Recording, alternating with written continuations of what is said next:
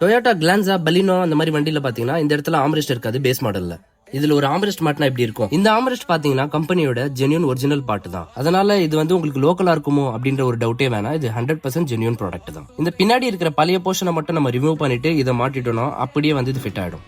Toyota கிளான்சாக்கும் சரி பலினோக்கும் சரி ரெண்டுத்துக்குமே வந்து ஒரே மாதிரி இன்டீரியர் தான். ஸோ ஒரே ஆம்ரெஸ்ட் ரெண்டுத்துக்குமே யூஸ் ஆயிடும். ஆம்ரெஸ்ட்டை ஃபிட் பண்ணிட்டு அப்புறம் இது புதுசா மாட்டின மாதிரியே தெரியாது. டாப் மாடல்ல வர ஆம்ரெஸ்ட் மாதிரியே இது பாக்குறதுக்கு அப்படியே அச்சசலாவே இருக்கும். இது வெறும் பாதி யூனிட்ன்றதுனால பின்னாடி ஏசி வெண்ட் மட்டும் தான் இருக்கும். அதுல இருந்து உங்களுக்கு ஏசி காத்து வராது.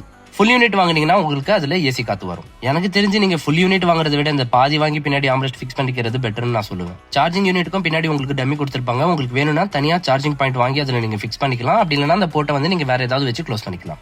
இந்த வீடியோல பாத்தீங்கன்னா உங்களுக்கே தெரியும் இந்த ப்ராடக்ட் எந்த அளவுக்கு ஜென்யூன் ப்ராடக்ட் அப்படின்னு சொல்லிட்டு. இந்த மாடத்துல இருந்தே நாங்க ஆர்டர் பண்ணி டேரக்டா வர வச்சு நாங்க ஃபிட் பண்ணி கொடுத்துருக்கோம். இந்த மாதிரி ஆம்ரெஸ்ட் யாருக்காவது தேவைப்பட்டதுன்னா இந்த வீடியோ உங்களுக்கு ஷேர் பண்ணுங்க. இதே மாதிரி நிறைய யூஸ்ஃபுல் கண்டென்ட் இந்த பேஜை ஃபாலோ பண்ணிக்கோங்க.